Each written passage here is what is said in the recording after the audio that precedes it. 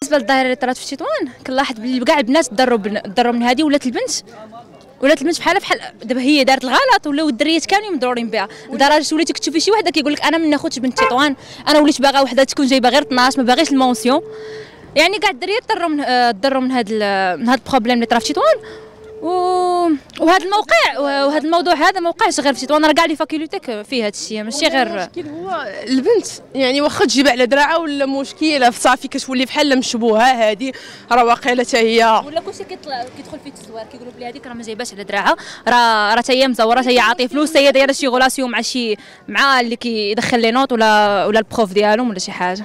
لان الجنس مقابل انت تدخل غير الجامعه، شوف غير الحاله ديال الدريه كيفاش جايه مزوقه لابسه هذه، غتعرف ان الجنس. شوف كتشوف استاذ اللي كيتعامل غير مع الدريات اللي كتجي عنده انت كتسولو كتعطيه سؤال كيقول لك اسمح لي ولا درتها في الكور هذه، والدريه كتسولو كيعطيها نص ساعه ديال الهضره، هذيك بقى يشرح ليها وهذه وكيجراك غادا معها في الطريق. هذا الشيء راه ما يمكنش يكون بلا ما ان غتكون واحد مقابل ديال هذا الشيء. انت دري ما عندك ما كاين حتى مقابل تعطيه من غير لك شي اون سيكسي راه يشدك يديك للدار معاه ديال الاستاذ كيدير غولاسيون مع الطالبه. ما انا كونتر هذا الشيء. حنا تنجيو من شهر 9 من الاول ديال العام تنبقاو نحافظوا، في الاخر كنتفاجئوا كاين اللي ما تيجيش كيجيبوا النقطه الاولى، كاين اللي كيجيبها بطريقه ديال الغش، كاين اللي بالكيت، كاين اللي كيتصاحب مع الاستاذ، وبالاخص الدريات كيتصاحبوا مع الاستاذ، كيبان لنا النوامر تيتشايروا بيناتهم. هذا الشيء كامل اخويا حنا كنهزوا يدينا على الله لما نتشكي.